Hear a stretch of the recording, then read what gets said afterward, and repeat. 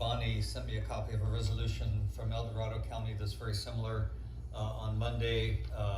And if you go forward as it relates to when this item could be on the agenda, I'm gone next week. Supervisor Gore is gone at the end of July. That leaves the week after this next one. We have a workshop that day, but it might make for a pretty disastrous hearing if we attempted to consider this item. So we have a copy of the resolution that Karen addressed in front of us. And with that, I'll open it up to the board for any comments or questions at this time. Bonnie. Thank you, Supervisor Wygant.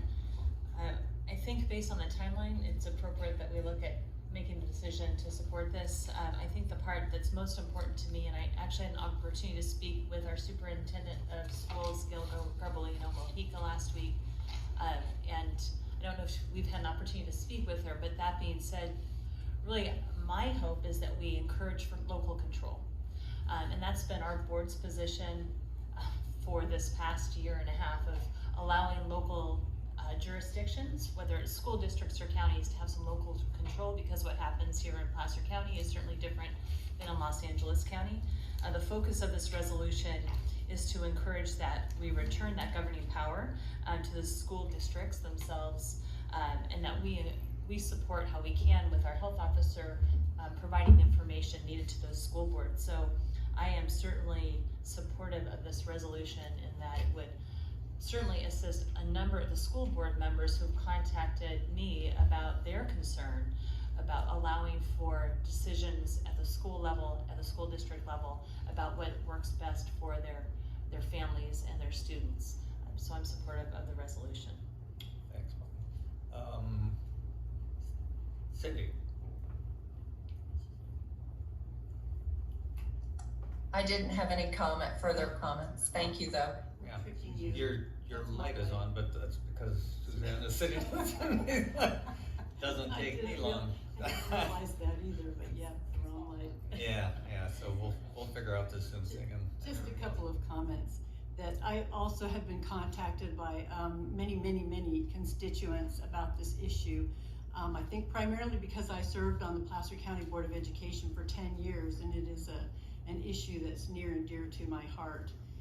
But in addition to that, I was contacted, and I'm sure all of us were contacted by Congressman McClintock's office, because he also sent a letter of support to the El Dorado County Board of Supervisors and wanted to include a letter of support to our county. It's just that we did ours a little bit too fast, as well as Assemblyman Kevin Kiley supported this same motion for El Dorado County, and also their sheriff, and I'm sure we would have had all of that support as well. So I'm in full support of this and have been hopeful that this would come to pass. Thank you. Thanks, Suzanne. And I'll just add before I open up to the public that for the public, particularly a lot of the folks that emailed us within the last few days, that this agenda is a great example of the challenge in putting together an agenda every other week. There are a lot of legal requirements, so it's not easy to just pop something on the agenda at the last minute, but we do have this venue for considering things at a last minute. And then the other comment I would make that as Bonnie articulated, this board on several occasions over the last 18 months has articulated and sent letters and passed one resolution really describing our desire to have local control over our health policy and not state-driven policy. We've done that several times, so I too consider us to be a continuum of basically policy that the board has been pursuing. So with that, I'll open this up to the public for anyone who'd like to address this item specifically. Hi, my name is Nicole Young. I'm with an organization called Moms for Liberty. So we are a national organization, and we're basically trying to safeguard liberties for our children. And I just want to extend my thanks to the board. You guys have always been very, very protective of the liberties of the citizens of Placer County. I appreciate you hearing this agenda item. We wrote a resolution. If you'd like to see it, you can make your you can read it, you can disregard it, you can write your own, make revisions on what we did, but do I present it to the clerk of the board? Yes. Okay, Thank you. so I have only 3, but and again, I just wanted to extend my gratitude for hearing this and hearing the voices of your constituents. Thank you. Thank you. Please come forward. I go by Salim. I just want to put out there that making children wear masks throughout the school day is child abuse, and this practice needs to end right away.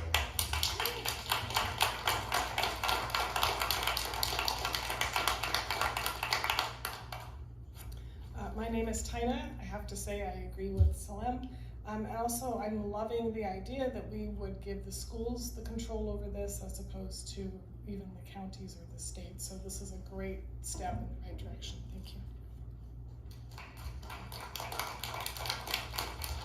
Good morning, Board of Supervisors. My name is Wendy Beal, and I am also with Moms for Liberty. I just want to thank you all so much for all you have done for us through this pandemic. I don't think I would still be living in California had it not been for Placer County. I'll just be very honest with you. You guys have been instrumental in so many aspects of just our way of living here, and I agree with Supervisor Gore that it is different in Placer County than it is in San Francisco.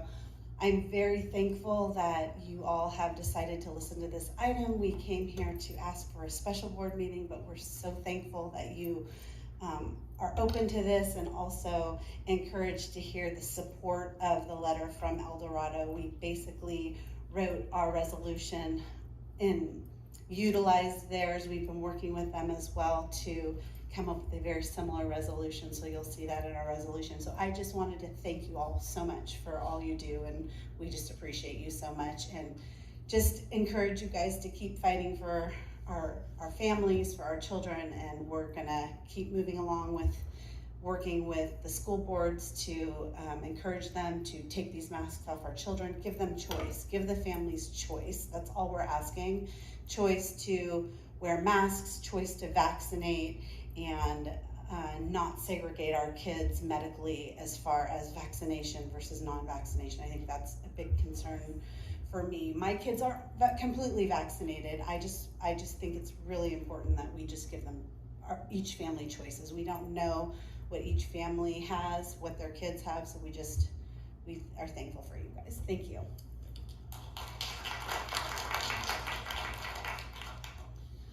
Hi, I just want to say I appreciate all of you listening to your constituents and taking the time to listen to this resolution that was put forth. And I also like to say, if you want to give power back to the community, give it back to the parents, not the school district. Let the parents decide. They know what's best for their children. They know when their children are unhealthy. They know when their children are struggling. They know when their children need special assistance. And a mask, they know better. So give the power back to the people by giving it back to the parents, give it back to your constituents and listen to them, read the resolutions and pass them, protect our community and protect the children most of all. Thank you. Excuse me. Excuse me. Ma'am, I need your name for the record. For the record,